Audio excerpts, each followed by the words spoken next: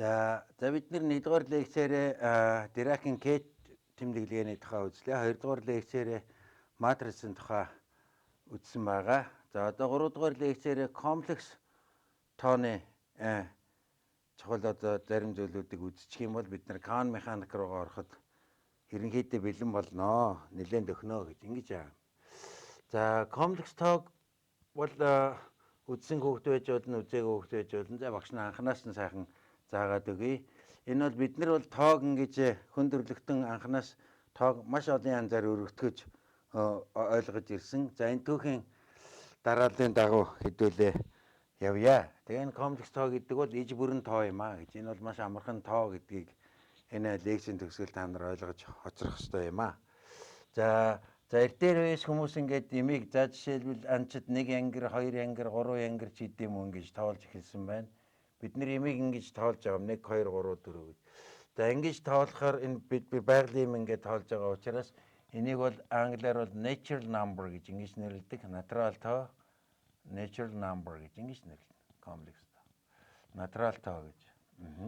За тэгээд натурал тоо олонлогийг бид нэр n үсгээр тэмдэглэдэг шүү дээ. Natural number гэдэг n ийм үсгээр тэмдэглэдэг.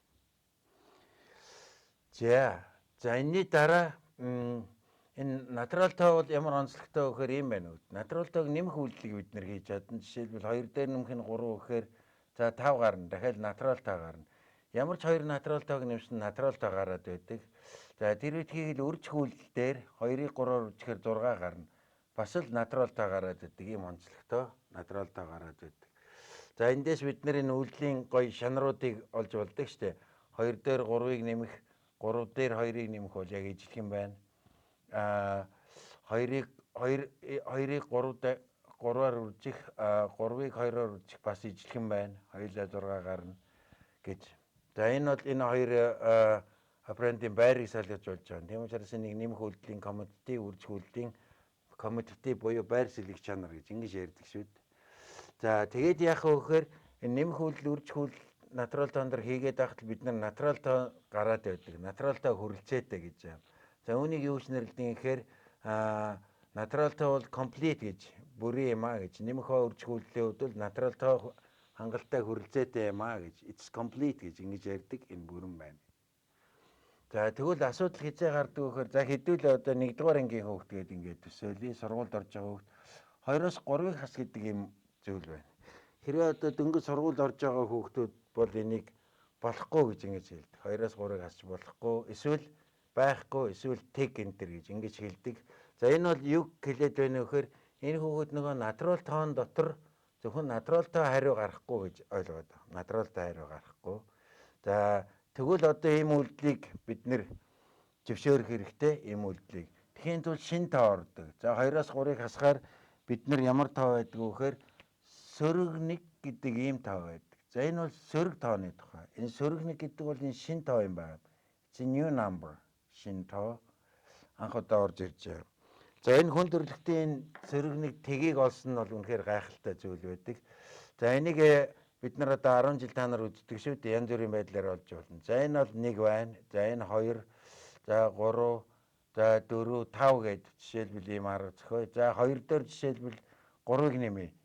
1-ээр нэмэгдүүлээ, 2 дахин 2-оор 3-аар нэмэгдүүлээ. 2-ыг 3-аар нэмэгдүүлэхээр 5 гарна гэж. 5.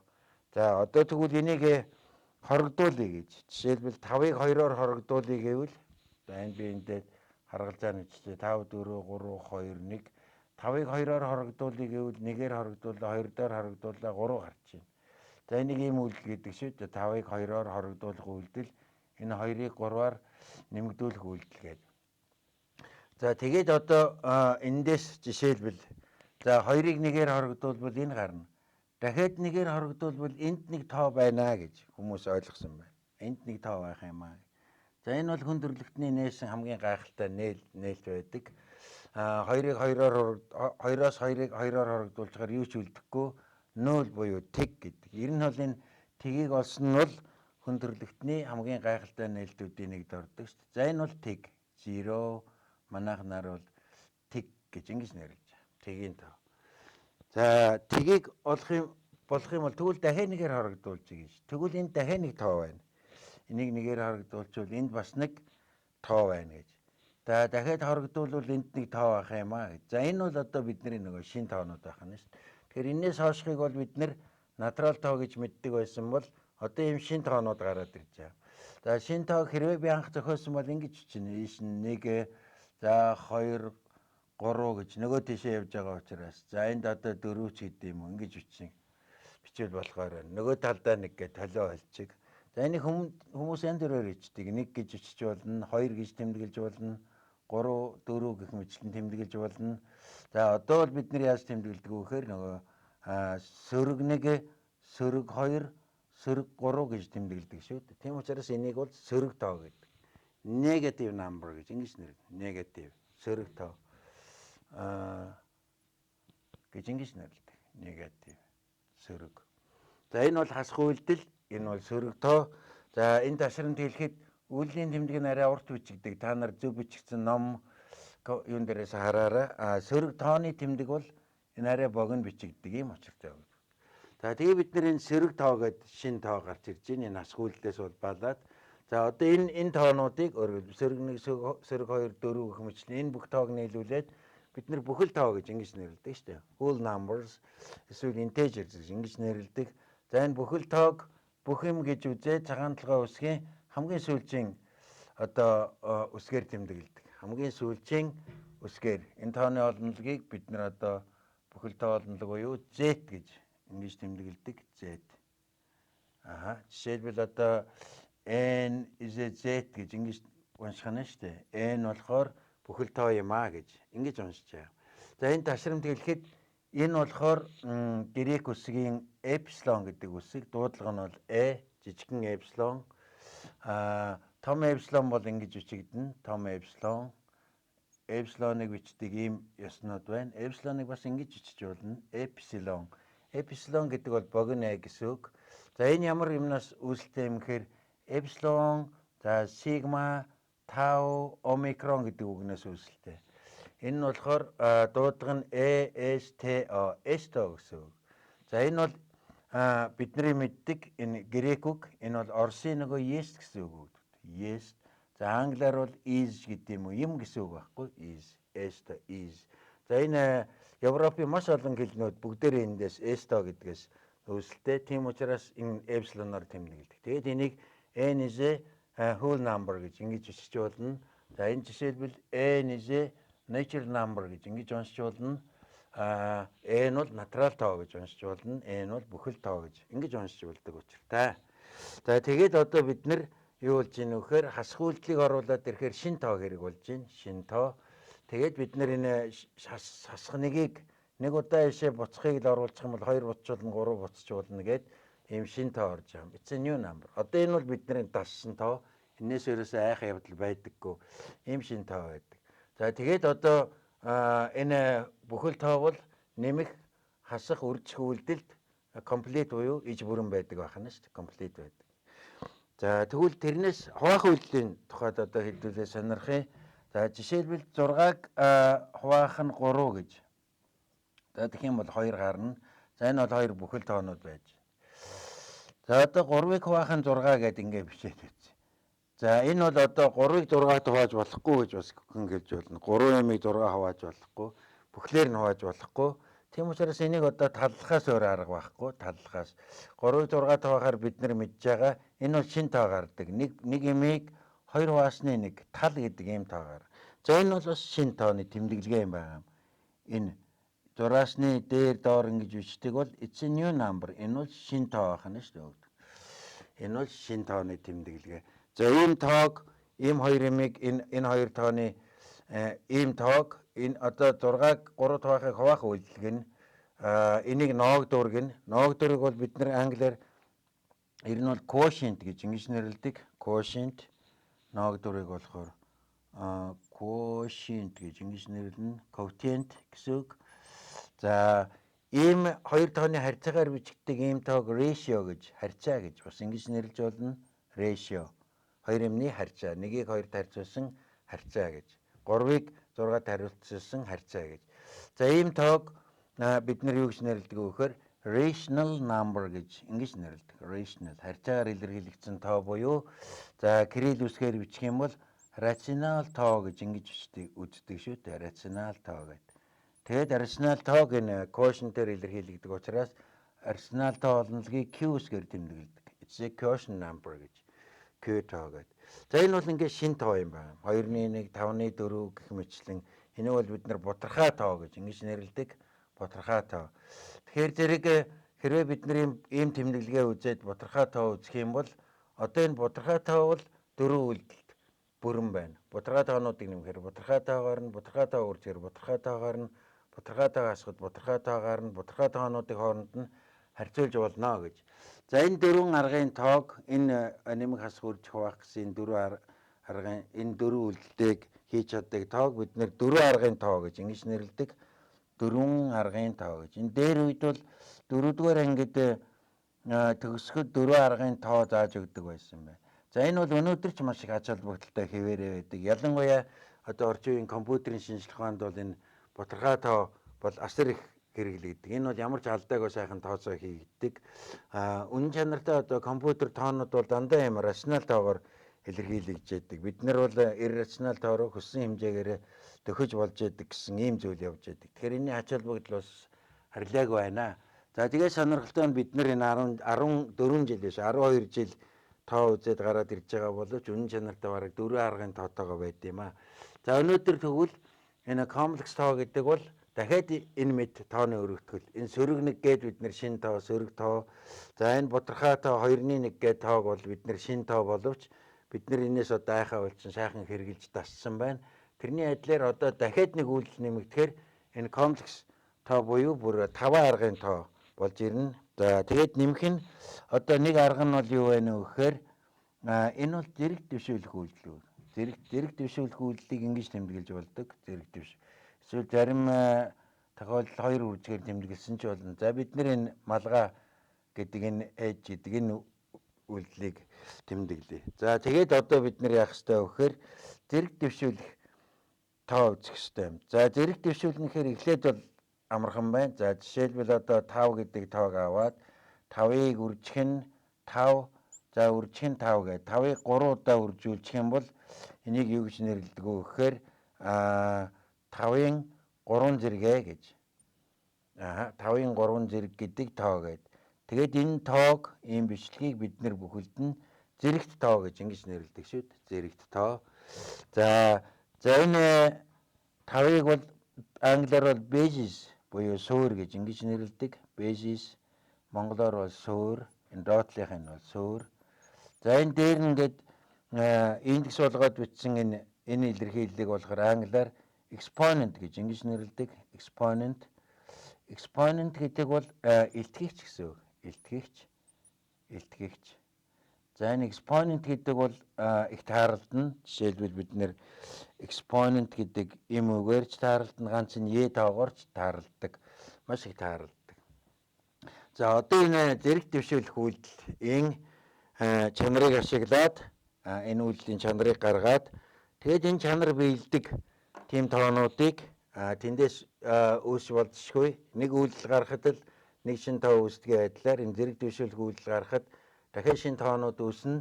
За энэ тухай одоо үзнэ. Тэгээд эндээс үүсэж байгаа энэ тоонуудыг бол бид нийлүүлээд иж бүрэн тоо буюу комплекс number гэж ингэж нэрлэдэг. Комплекс тоо гэдэг бол зүгээр л 5 аргын тоо. Бид нар бол айгаад байх юм байхгүй. Нэмэх хасах үржих хуваах нэмэх нь зэрэг дэвшүүлэх үйлдэлийг л хийж чаддаг байх ёстой гэсэн ийм тоо байдаг юм аа. Гэхдээ комплекс тоо бол асар сайхан хүчирхэг тоо. Орчлын ертөнц өөрөө юм комплекс тоон дээр тогтч байдгийг хүндрэлтэн олж мэдсэн байна. Бид нар квант механикийг үзэхдээ тоол гэж ярих юм бол үргэлж комплекс тооны тухай ярих болно. Тийм учраас одоо комплекс тооны хэрхэн гарч ирдэг, ямар хуу тэмдэглэгээ байдаг тухай нэмж дэлгэрэнгүй үзцгээе.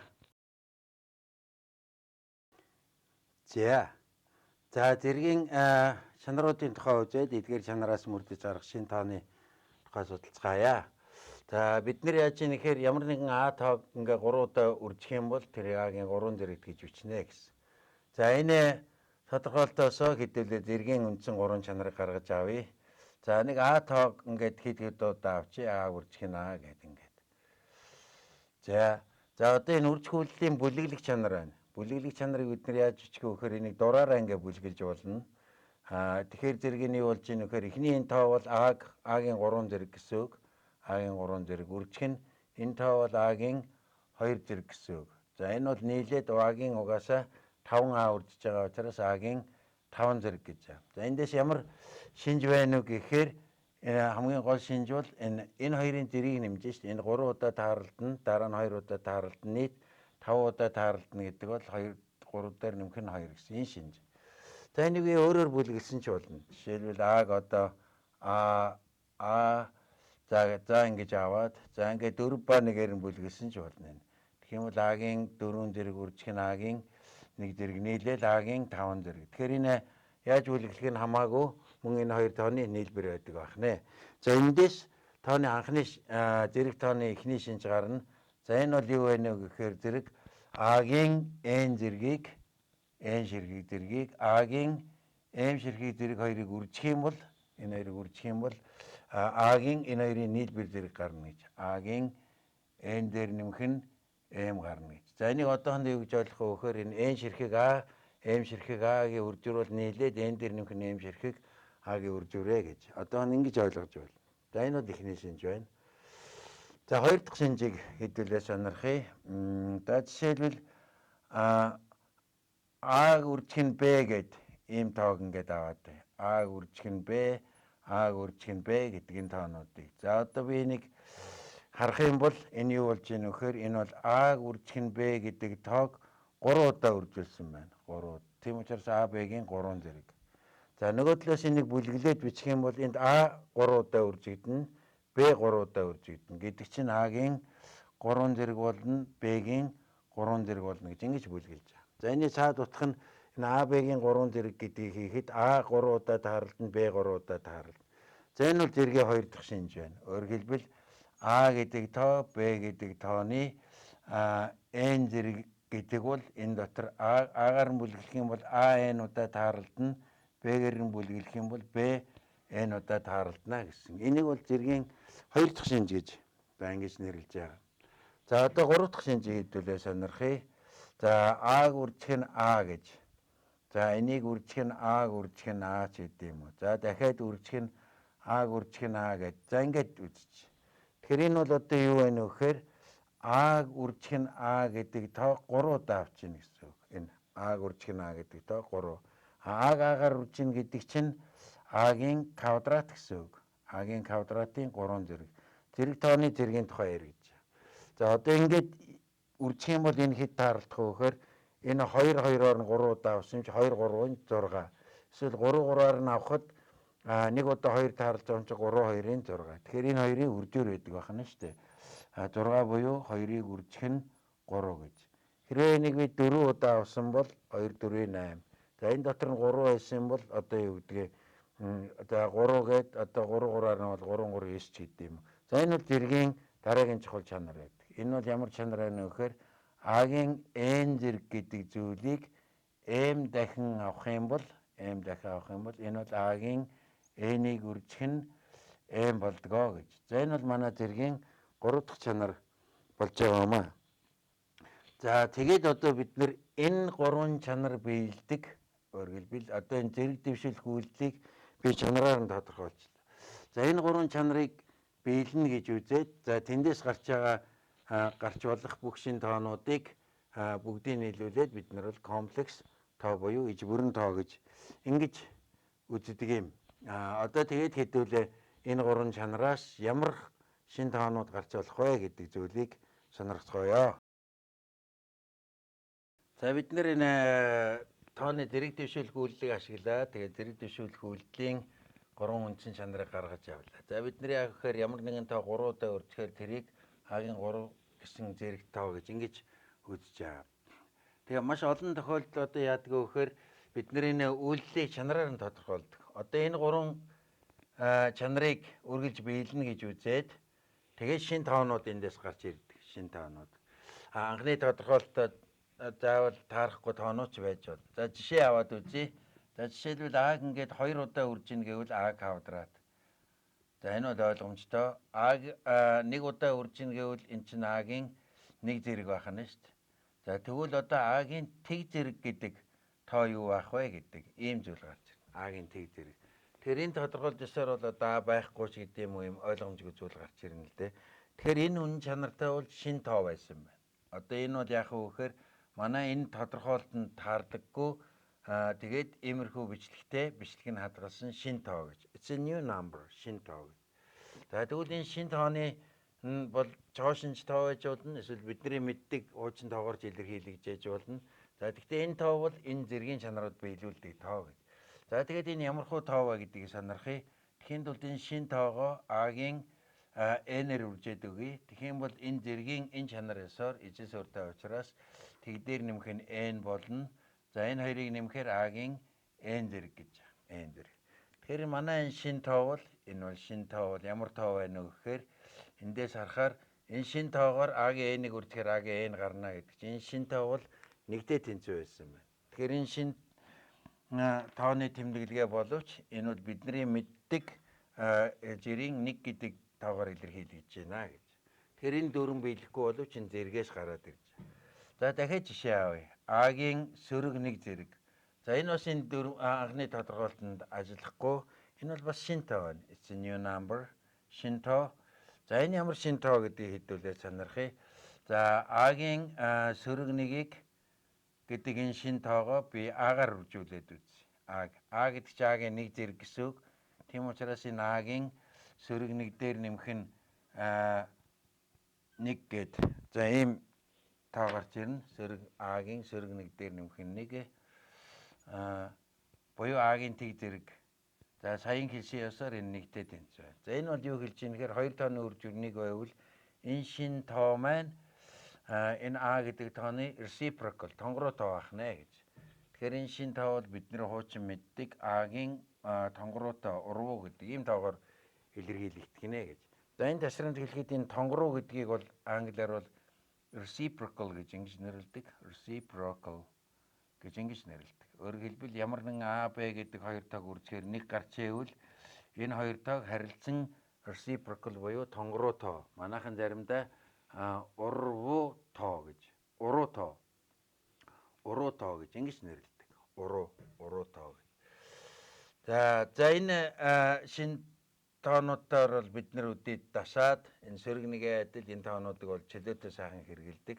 За энэтэй адилхан А-гийн сөрөг n гэдэг энэ уруу тоонуудыг ашиглаж болно. За дахиад нэг тоо сонирхъя. Жишээлбэл А-гийн 2-1 гэдэг ийм ботархай зэргийг сонирх. 2-1. За энэ бас шин тоо байна. 2-1 гэхээр одоо энэ тодорхойлолт ашиглахгүй болж штэ. Тэгэхээр энэ дахиад шин тооны тэмдэглэгээ.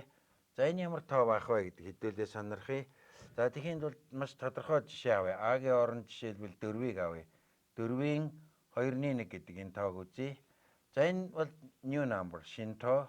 За энэ ямар тоо байж болох вэ гэхээр зэргийн чанараа ашиглая. Дахиад 4-ийн 2-1-ээр нь үржээд үзье.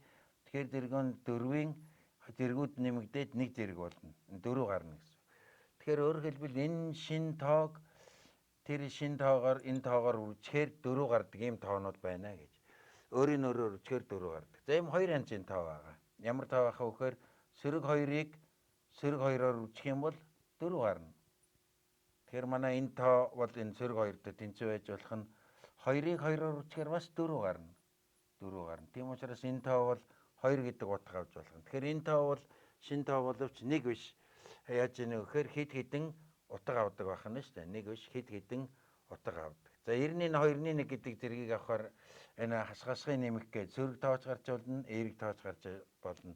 Энийг энэ хоёр утгыг энэний байж болох энэ хоёр утгыг roots буюу язгуур гэж ингэж нэрлэдэг. Язгуур гэж ингэж нэрлэдэг.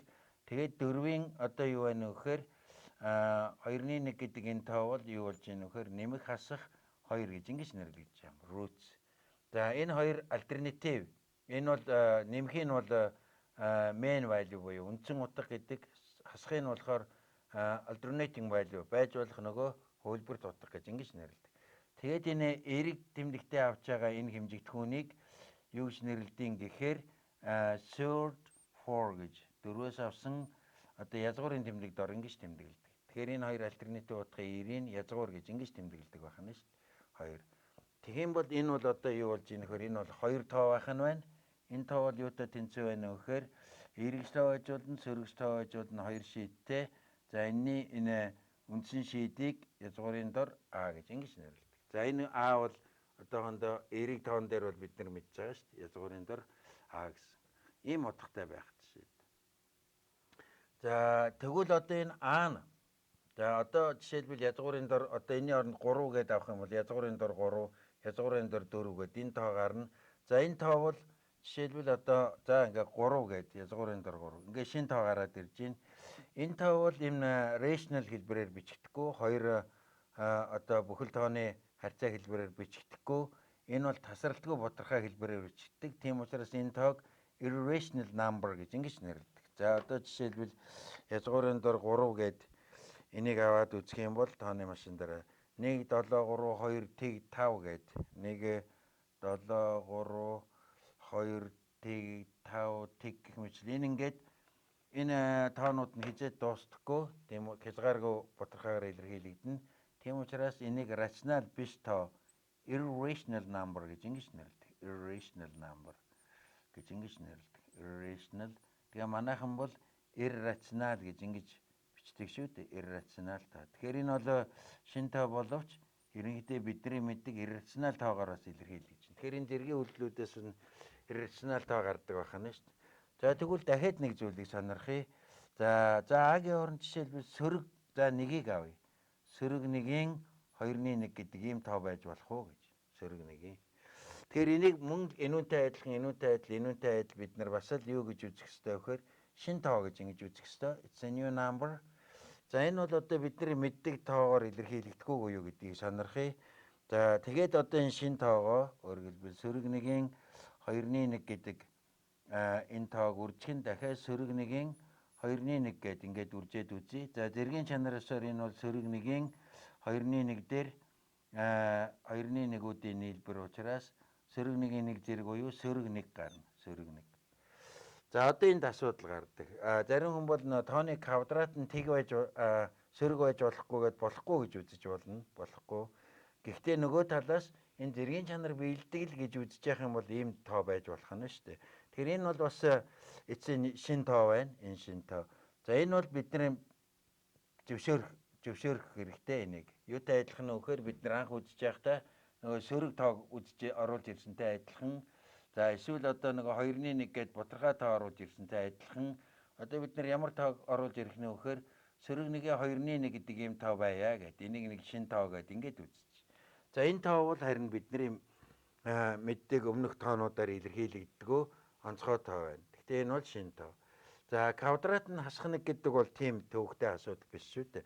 Квадрат гэдэг бол юмны квадратыг хэлнэ одоо талбайг жишээлбэл нэгж квадрат гэвэл ийм талбай гэж ингэж хэлнэ. Энэ хасах нэг гэдэг чинь ийм талбай өртөөл гэсэн үг. Жишээлбэл айлын хашаанаас 1 м квадрат газар авчихсан байна гэж ингэж ойлгож байна. Квадратаар илэрхийлэгддэг маш олон зүйл байдаг шүү дээ. Тийм учраас квадрат нь хасах нэг байна гэдэг бол тийм одоо ойлгохгүй юм уу байж болшгүй явдал бол биш. За энийг байж болно гэд үзэхээр энэ бол иж бүрэн тоо болж байгаа юм. Ингэж үзэх юм бол энэ бол комплекс тоо болдог. За энэ бол мэдээж хасах нэг 2-1 гэхээр зэрэг нь бол одоо нэмэх хасах гээд хоёр шийд гарах хэвээр нэмэх хасах. За тэгээд энийг язгуурын дор А гэж тэмдэглэж байсан бол энэ дотор тусгай ийм тэмдэглэгээ байдаг. Тусгай ийм тэмдэглэгээ. Йота. Өөрөөр хэлбэл энэ бол юу гэсэн үг вөхөр би цааш нь бичих юм бол энэ нэмэх хасах язгуурын дор хасах нэг гэдэг ийм тоо байна гэж. Тэгээд одоо бид нар юу гаргаж ийн вөхөр энэ бол шин тоо байж болох тоо. Ямар тоо вөхөр квадрат нь л хасах нэг байдаг ийм тоо байх нь шүү дээ. Хасах нэг байдаг. Одоо нэг талбай нь хасах байдаг. Талбай нэг газрыг онгойлгоод авцсан гэсэн үг. Ийм тоо юм ба. За энэ тоо бол бидний мэддэг хуучин тоонуудаар илэрхийлэгддэггүй. Тийм учраас энэ нь тусгаалan тэмдэглэгээ хэрэгэлдэг. За энд ямар тэмдэглэгээ хэрэгэлдэг вэ гэхээр йота гэсэн үсгээр тэмдэглэдэг. Йота энэ грекээр дуудаж байгаа юм шиг. Йота. За энийг зарим багш нар бол латин дуудлагаар хэлж болдог и гэж.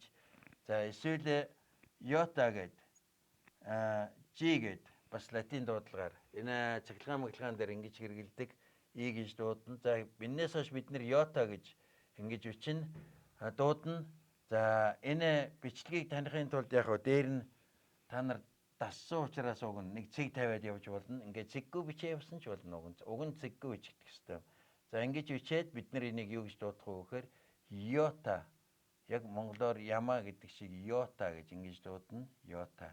Ер нь бол яг монголоор дуудана гэвэл ингэсэн үг. Йота гэж ингэж дууддаг. Йота. Йота гэж ингэж дуудана. Йота. За тэгвэл энэ бол одоо шинэ тоо байна. Ямар тоо байна вэ гэхээр энэ йото квадрат нь л ерөөсөө сөрөг нэг байдаг ийм тоо гэдэг. Ингээд ойлгож байгаа хэрэгтэй. Тэгэхээр энэ бол одоо юутай адилхан байна вэ гэхээр нөгөө сөрөг нэгийг оруулж ирсэнтэй. Энэ бол шинэ тоо одоо бид нэр дасчихсан 2-1 гэдэг бол шинэ тоо, тодорхой тоо бид нар бас дасцсан.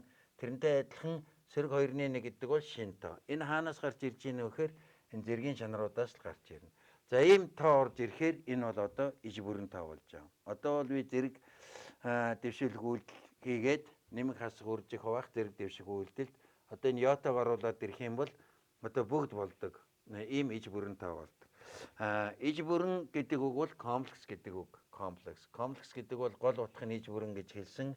Ямар нэг комплекс бол жоохон төвөгтэй байдаг. Жишээлбэл спортын комплекс гэвэл одоо маш олон хэсгүүдээс бүрдсэн байна. Шопинг комплекс, одоо худалдааны комплекс гэдэг бол тэн дотор худалдаа үзүр үйлчлэгээ орсон юм төвөгтэй бүтцтэй байдаг. Тэрэн шиг ийм иж бүрэн юм бол жоохон бүтцтэй байна. Өөрөөр хэлбэл нэмэлт ийм тоонуудтай байна. Тийм учраас энийг иж бүрэн тоо буюу комплекс тоо гэж ингэж нэрлэдэг юм аа. Тэгээ одоо бид нар бол комплекс тоо үзье гэвэл ерөөсөө л энэ йота гэдэг шинэ тоо. Энийг бол шинэ цифр гэхээс илүү шинэ тоо гэж тэмдэглэнэ. Тоог үсгээр тэмдэглэх бол тийм төвөгтэй асуудал биш. Бид нар бүгдээрээ дассан байдаг. Жишээлбэл одоо юу гэдэг нь А дээр нэмэх нь Б-ийн квадрат гэвэл бид нар энэ бүгдээрээ мэдж байгаа. А квадрат дээр нэмэх нь 2АБ нэмэх нь Б квадрат гэж. За тэгвэл А дээр нэмэх нь йотогийн квадрат гэх тэгвэл мөн л адилхан үсгээр тэмдэглэсэн байж таа нэг тоог. Тийм учраас А квадрат дээр нэмэх нь 2А йота нэмэх нь йотогийн квадрат. Гэхдээ манай шинэ тоо бол квадрат нь сөрөг нэг байдаг учраас энийг дараа нь сөрөг нэгээр оруулж ийн гэсэн үг. Тийм учраас А квадратаас хасах нь 1. За нэмэх нь энэ нэг йота гэдэг тоог үржих нь 2А гэж ингэж бичиж байгаа. Тэгэхээр ер нь бол энэ нэг йота бол энийг бид нэр арилгаж чадахгүй тооны бичлэгэн дээр нэг йото бичиг үлдчихэд байх нэ. Тэгээд одоо бид нэр тоо бичгээр нэг йототой тоо бичих нь байна. Нэг йототой. Өөрөөр хэлбэл ийм комплекс нэгж гэж ингэж нэрлэдэг. Комплекс нэгжтэй ийм тоо бичнэ. За энийг зөвшөөрөх юм бол шинэ тоо гэж. За нэг асуудал байна. Хүүхдүүд бас эргэлзээж магадгүй. Ер нь тооны язгуурын дээр хасах нэг байж болохгүй гэдэг 10 жилд ч юм уу бид нар байнга ингэж үздэг. Тэгэхээр зэрэг биднэрт хоёр зам байгаа юм. Эртний квадрат бол ямар нэг квадрат бол заавал эерэг тоо байх ёстой гэсэн ийм зам. Ер нь бол энэ эсвэл энэ дөрвөн биелдэг зам. Заавал эерэг байх албагүй. Энэ квадрат нь сөрөгч байж болно гэдэг ийм зам. Квадрат нь сөрөгч байж болно. Гэхдээ манай энэ дөрвөн биелнэ гэдэг ийм хоёр зам байна. Тэгэхээр аль нэг нь зөв гэж ингэж хэлэх албагүй. Бид нэр энэ дээр ийм шаардлагыг нэмж тавьвал квадрат нь дандаа эерэг байх ёстой гэсэн шаардлага нэмж тавьбал ийм тоог real number гэдэг, бодит тоо гэдэг. Тэгээ бид нэр ер нь бол 10 жилд үзсэн бүх тоо бол бидний энэ бодит тоон тухай юм байна. Real numbers. Энэ бол нэмэлт шаардлага. Хэрвээ энэ шаардлагыг аваад бид нар зүгээр энэ зэргийн 3 чанар биелнэ. 5 үйлдэлийн л зэрэг биелнэ гэх юм бол иж бүрэн тоо болдог.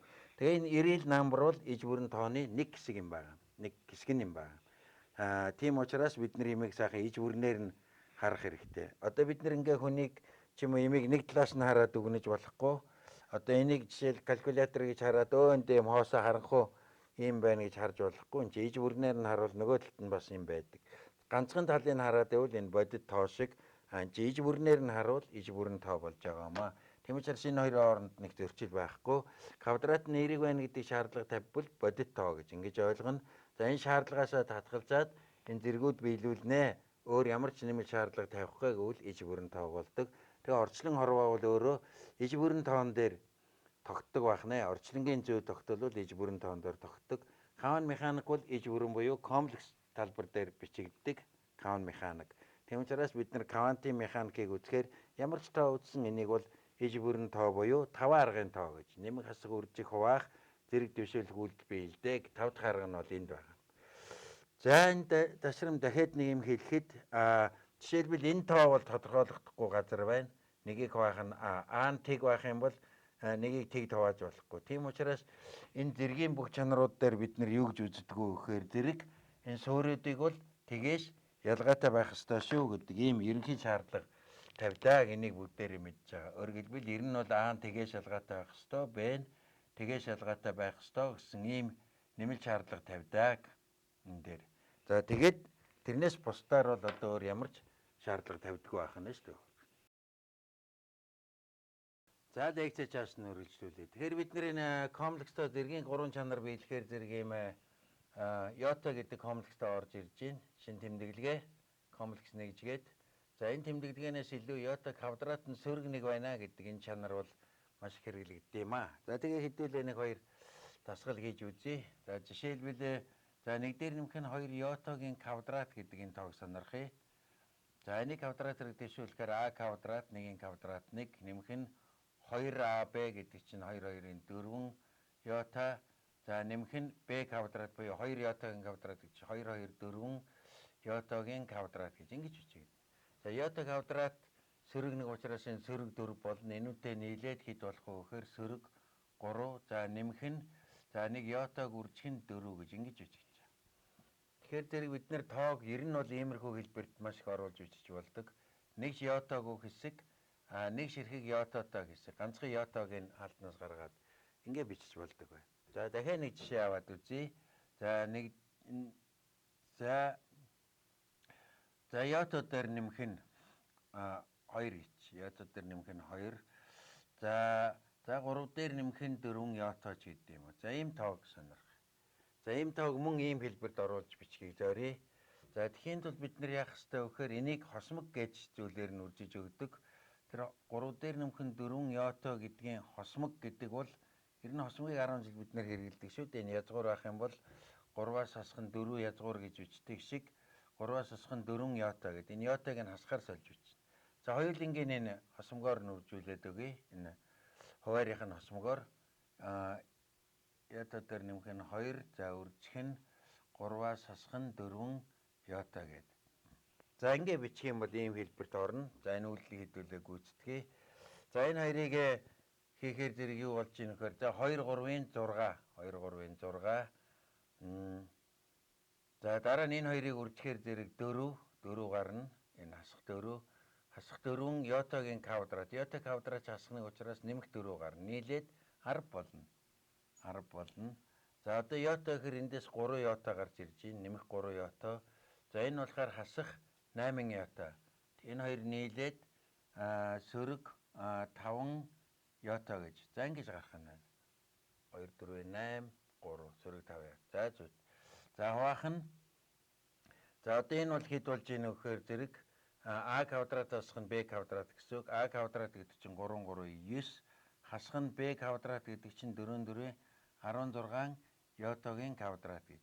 За энэ йота квадрат хасах учраас энэ нэмэх болоод 25 болчихно. Тэгэхээр энэ хэд болж ийн гэхээр 25-ны 10 гэж. За нэмэх нь нэг йотаг үржих нь мөн 25-ны сөрөг 5 гэсэн. Сөрөг 5 гэсэн. За ийм тоо бичигдэх нэ. Тэгэхээр дахиад бид нар яаж ийн гэхээр нэг йотагүй нэг хэсэг, за нэг йотатой нэг хэсэг гэж ингэж ялгаж бичиж болж байна. За энийг дараа нь график дээр дүрслэе гэвэл за энэ чинь 2/4-өөр үржчихээр 100-ны 4 болно.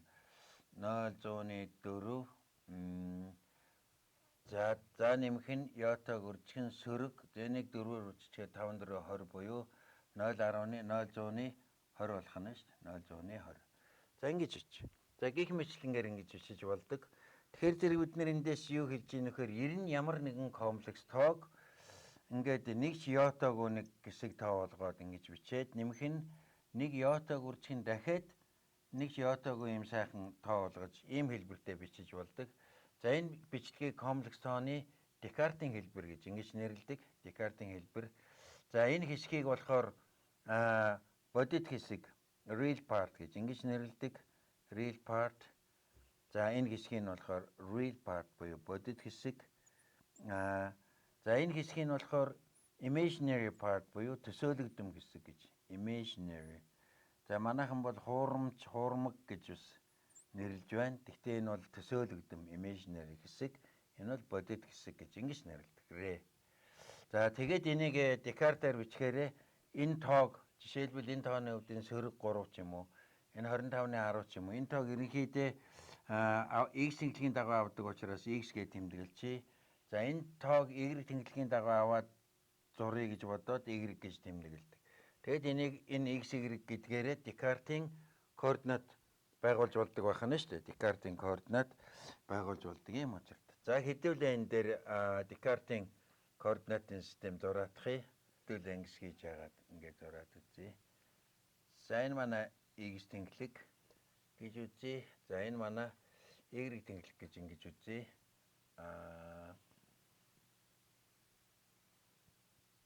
За энэ бол y тэнглэг. За энэ нөгөө энэ хэсгийг эхний энэ бодит хэсгийг авч байгаа. Энэ тоонуудыг авч үчин. Тийм учраас x гэдгийг авна. За энэ дээр нөгөө хуурмаг хэсгийнх нь харгалзах тоог нь бичиж y-ийг бичиж. За одоо энэ окей. За энд бол 1 за 2 3 4 гэх мэтлэнгээр. За сөрөг 1 за сөрөг 2 сөрөг 3 сөрөг 4 ч гэдэг юм уу. За энэ дээр 1 2 за 3 4 5 гэх мэтлэнгээр. За энд болохоор сөрөг 1 сөрөг 2 гэх. За ингээд тэгшинцэгт тоолны систем аваад үзье. За одоо жишээлбэл энэ тоог дүрслэе. 1 дээр нэмэх нь 2 йотагийн квадрат гэдэг тоо. Тэгэхээр энэ бол энэ бодит хэсэг нь сөрөг 3, хуурмаг хэсэг нь 4 байна. Тийм учраас энд сөрөг 3 ба энэ 4 2-ын огтлолцол дээр, солилцол дээр нэг чиг олж байна. За энэ чигээр энэ тоог дүрсэлдэг байх нь шүү дээ. Энэ чигээр. Тэгэхээр энэ бол одоо манай ямар тоо байна вэ гэхээр 1 дээр нэмэх нь 2 йотагийн квадрат гэдэг комплекс тоо бол энэ чигээр дүрслэгдэж байна. Комплекс тоо. За жишээлбэл энэ тоогоо олъё. Энэ тоо юугаар дүрслэгдэж байна вэ гэхээр 0.4 ба сөрөг 0.2 гэж байна. За энэ 0.4 баг энэ тэгээд 0.2 гээд. За энэ 5 энэ 2 0.4. Энүүх хавьд. За би ингээд энүүх хавьд энэ тоо дүрслэгдэж байгаа жишээд. За тэгээд эндээс яаж хэлж болдгоо гэхээр ер нь бол ямар ч комплекс тоо нэг йота ялгархаар нэг йотаг ялгаад бичих юм бол энэ хоёроор нь энийг бодит хэсгийн хэвтэ тэнглэг болгоод хуурмаг хэсгийн босоод тэнглэг болгож аваад йотаг нь бол энэ үлдээн энд бичихгүй. За ингэж авах юм бол комплекс тоо бол энэ хавтгай дээр цэгээр тэмдэглэдэг гэж. Нөгөө талаас хавтгаан цэг болгон ямар нэгэн комплекс тоонд оногдож яадаг байх нь шүү дээ. Хавтгаан цэг болгон. Жишээлбэл энэ дээр нэг цэг авал энэ бол нэг комплекс тоог дүрслэнэ. За энэ ямар комплекс тоог дүрслэж байна вэ гэхээр зэрэг бодит хэсэг нь 4 байна, хуурмаг хэсэг нь 3 байна. Хуурмаг хэсэг нь гэдгийг йота гэж бичээд 3 гэж. Ингэж дүрслэх жишээд. За энэ бодит. За энэ ингэж дүрслэхийг анх арганд гэдэг хүн олсон байна. Тийм учраас энэ диаграмыг аргандын диаграм гэж ингэж нэрлэдэг. Аргандын диаграм.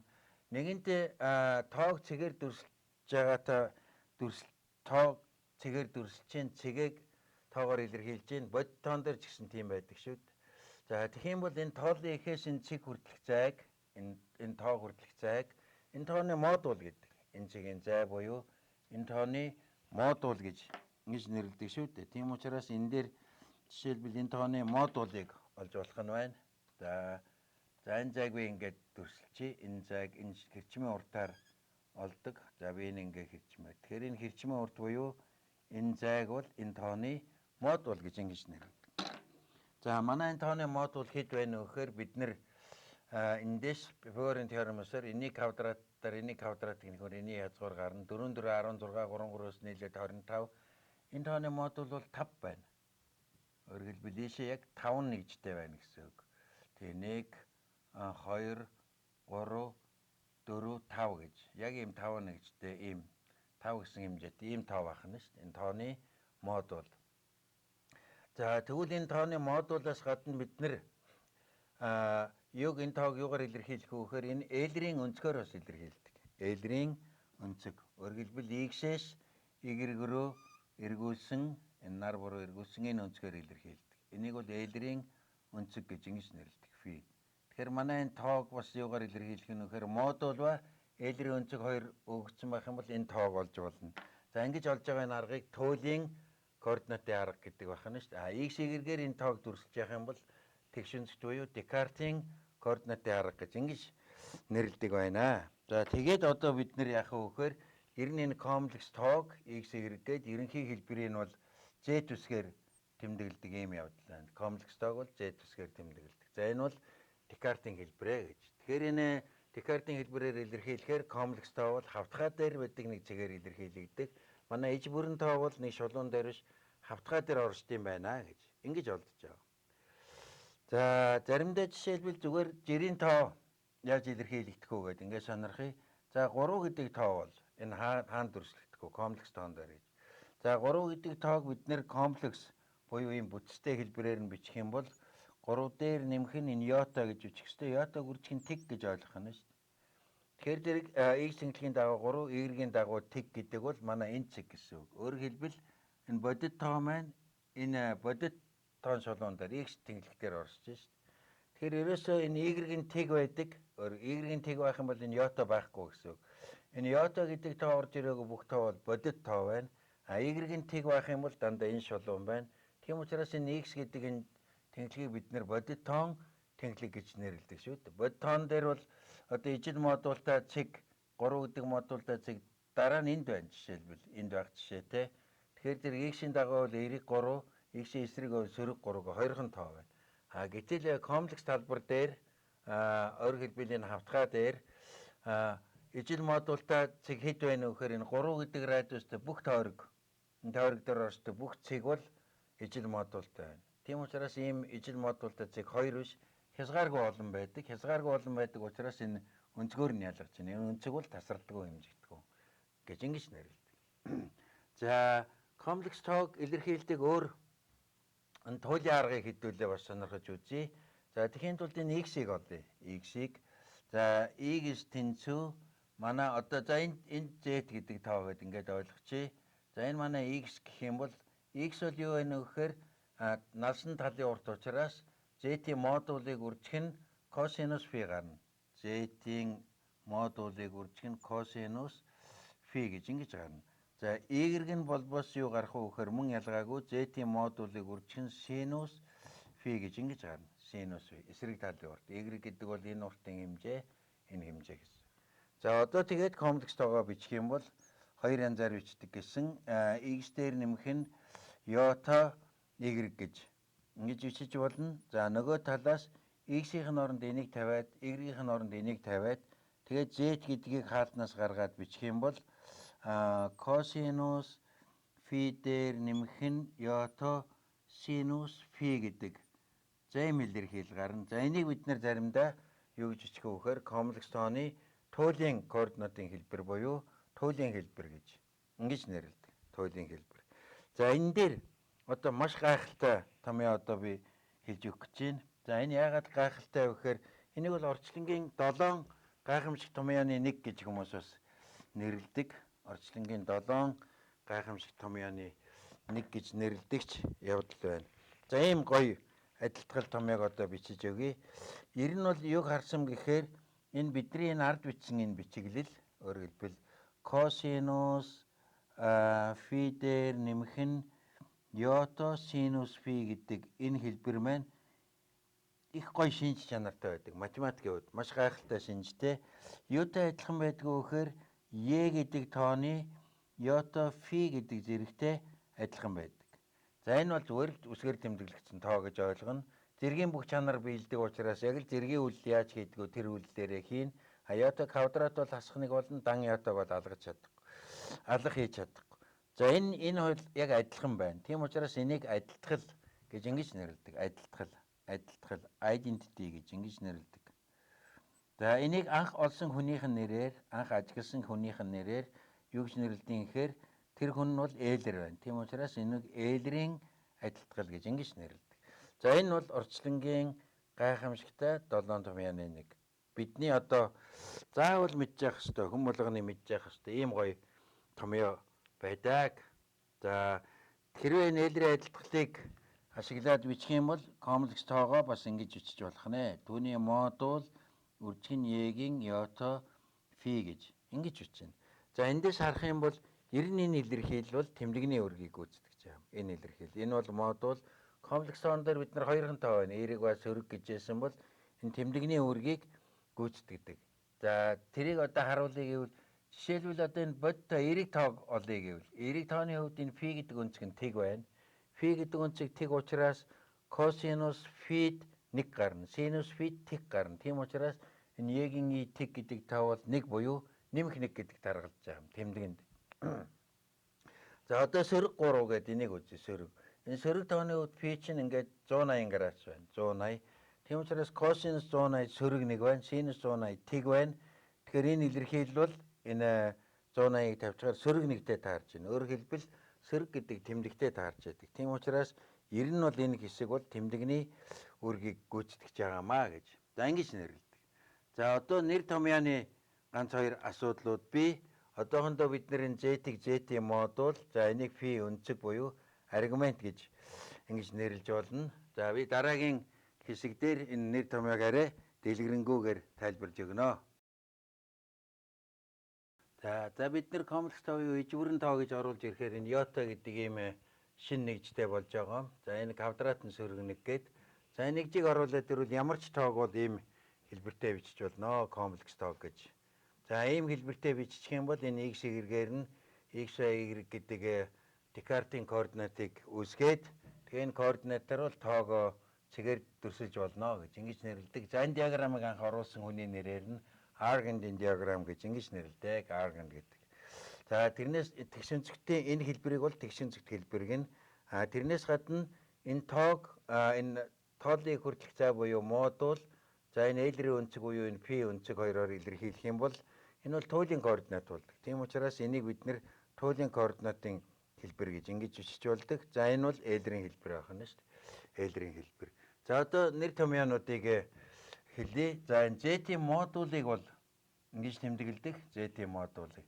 За Z-ийн модулийг яаж олж ийн вэхээр энэ удаад яаж олох вэ гэхээр энэ дээр энэ бол x, энэ бол y. Тийм учраас x квадрат дээр нэмэх нь y квадрат гэж ингэж олж болох нь байна. Хэрвээ энэ тэгшинцэг тооллын систем дээр байх юм бол за өөрөөр олдог маш чухал арга байдаг. Тэрийг дараа хэлж өгнө. За энийг бол тэгээ юу гэж нэрлэдэг вэ гэхээр маш олон нэртэй. Энийг модуль гэж ингэж нэрлэж болдог. Z-ийн модуль. За эсвэл одоо юу гэж нэрлэх вэ гэхээр зэрэг absolute value гэж, absolute утга гэж ингэж нэрлэдэг. Absolute утга, үнэмлэхүй утга, absolute value. За өөрөөр юу гэж нэрлэдэг вэ гэхээр зэрэг amplitude гэж ингэж нэрлэж болно. Энийг amplitude. Ийм нэртэй таарлаж болно. Тэр эдхийг л энэ заримдаа magnitude гэж энэ хэм Z тооны magnitude гэсэн ийм нэртэй таарлаж болно. Зарим нь бол математик дээр тааралдан, зарим нь бол физик, инженери ухаанууд дээр тааралдаг. Ийм олон янзын нэрээр тааралдавч энэ нэг л зүйл байдаг гэж. За дараа нь энэ үнцгийг сонирхын энэ үнцэг. Энэ бол L-ийн ёсоор тоолдог. X-с заавал эхэлж тоолно. X-с тэгээд нар буруу Y рүү тоолдог энэ үнцгийг L-ийн ёсоор тоолж ийн гэж ингэж нэрлэдэг. За энийг бол бид нар юу гэж тэмдэглэдэг вэ гэхээр Z тооны үнцэг гэж ингэж тэмдэглэх явдал байна. Ингэж тэмдэглэдэг явдал байна. Энэ хаал дээр тэмдэглэдэг шиг. За эсвэл одоо бүр angle гэд ингэж бичиж болно. Angle. Жишээлбэл зарим программын хэлмэл дээр бол яг энэ angle ба absolute гэдэг хоёр үг бол маш их тааралдаг байна шүү дээ. Програмчил дээр зарим ихэнх тохиолдолд энэ absolute Z гэж ингэж бичигдэнэ. Angle Z гэж ингэж бичигдэнэ. За тэрнээс гадна гол хэрэглэгддэг нэр томьёо бол argument гэсэн юм нэр томьёо хэрэглэгдэнэ. Z тооны argument. За мөн юу гэж нэрлэгдэх вэ гэхээр phase гэж ингэж нэрлэгдэх phase. Жишээлбэл энэ phase ба amplitude гэдгийг нэг дор маш хэрэглэгддэг байна шүү дээ. Phase ба amplitude-ыг. За magnitude ба үнцгийн чиглэлийн үнцэг гэж бас нэрлэж болно. За absolute value буюу модуль ба аргумент хоёрыг бас хэрэглэдэг. Энэ модуль гэдгийг энэ аргумент гэдэгтэй хамт хэрэглэх явдал. Эсвэл absolute value гэдэгтэй хамт хэрэглэх явдал их байна. За нэр томьёоны хувьд ингэж ийм нэр томьёонуудаар таарлаж болно гэж байна. За тэгээд энэ тоонуудыг үзэхээр энэ комплекс тооны энэ бүгдийг үзсний дараа юу тогтоож очихрохоо гэхээр 3 зүйлийг тогтоож очихроход зүйтэй. За хамгийн нэгдүгээрт энэ иж бүрэн тоо бол зэрэгт үйлдлийн хувьд иж бүрэн байд юм аа. Тэгээд зэрэгт үйлдлийн чанаруудыг бол бид нэр 3 чанарыг сайхан мэдж явах хэрэгтэй. За энэ дээр нэмэх нь m. За одоо юу болох вэ гэхээр a үржих нь b-гийн n зэрэг гэвэл a-гийн n, b-гийн n. За дараа нь юу байдаг вэ? A-гийн n зэргийг дахиад зэрэг дэвшүүлж явах юм бол A-гийн n-ийг үржих нь m зэргүүд нь үржигдэх гэсэн. За энэ 3 чанарыг сайхан хэрэгэлдэг. Тийм учраас маш амархан байна. За тэрнээс гадна бид нар юу ойлгох вэ гэхээр зэрэг йота гэдэг тэмдэглэг байна. Энэгээр юг тэмдэглэж байна вэ гэхээр язгуурын дор сөрөг нэгийг тэмдэглэдэг. Тэгээ энэний хамгийн гол чанар бол йота квадрат нь сөрөг нэг байд юм а гэсэн ийм чанарыг ойлгож оцрох нь байна. За дараа нь юу байна вэ гэхээр ямарваа нэгэн энэ иж бүрэн буюу комплекс тоог x дээр нэмэх нь йота y гэж ингэж бичдэг юм а гэж комплекс хэлбэртэй. За эсвэл яаж бичих вэ гэхээр зэрэг L-ийн хэлбэртэй. Z модулыг үржих нь y-гийн йота фи гэж ингэж бичнэ гэдгийг тогтоож оцрох хэрэгтэй. Тэгээд хамгийн чухал томьёо бол L-ийн адилтгал байна. Y-гийн йота фи гэдэг нь бол бос косинус фи дээр нэмэх нь йота синус фи гэж ингэж бичнэ. За энэ бол маш гайхалтай гоё адилтгал. Энэ бол одоо ингээд энэ бол илтгэгч функц байна. Энэ тригонометрийн функц байна. Тэгэхээр энэ йота гэдэг энэ нэгж орж ирснээрээ өөрөөр хэлбэл иж бүрэн тоог авч үзснээрээ комплекс тоог авч үзснээрээ бид нар тригонометрийн функцүүд ба илтгэгч функцийн хоорондын холбоо тогтоогдож шít. Тэгээ мэдээж энэ тригонометрийн функцээс илүү илтгэгч функцтэй ажиллах нь амархан байдаг. Илтгэгч гэдэг бол зэрэгт функц. Өөрөөр хэлбэл зэргийн энэ 3 чанарыг тогтоох нь тригонометрийн маш олон томьёо тогтоосноос илүү амархан байдаг шүү дээ. Тийм учраас энэ комплекс тоо гэдэг бол математикийн хувьд нэгдүгээрт маш хүчрхэг арга болдог. За хоёрдугаарт ерөөсөө орчлын ертөнц өөрөө цаад физикийн зүй тогтол нь комплекс тоон дээрээ суурилсан байдаг юм аа. Бодит тоо бол бидний танин мэдж байгаа нэг шатаа гэж. Өөрөөр хэлбэл натурал тоо, одоо бутархай тоо, бүхэл тоо гээд ингээд одоо бодит тоо гэж явж байсан бол энэ бол бүгд л энэ орчлын ертөнцийн иж бүрэн буюу комплекс тоорууд өгч байгаа нэг шат юм аа гэж. За бодит тоо бол зөвхөн энэ тоон тэнхлэг дээр дүрслэгддэг. Энэ тоонууд нь бол бодит тоо байх нь шүү дээ. Энэ бодит. Мэдээж энэ тоонуудын хувьд бол квадратууд нь дандаа эерэг байх хэвээр. Гэтэл энэ тооны хувьд бол квадрат нь заавал эерэг биш, сөрөг байж болдог юм аа гэж. Квадрат нь сөрөг гэдэг бол юмны талбай сөрөг. Жохон талбайны өртөө, газрын өртөө, нэг даавны өртөө ч гэдэг юм уу. Ийм зүйлийг хэлжээж болно доо. За тэгээд одоо семинараараа хэдүүлэн комплекс тоон дээр хийгдэг энэ гол үйлдэлүүдийг ялангуяа энэ L-ийн адилтгалыг хэрхэн сайхан ашиглах вэ гэдгийг үздэгэнэ.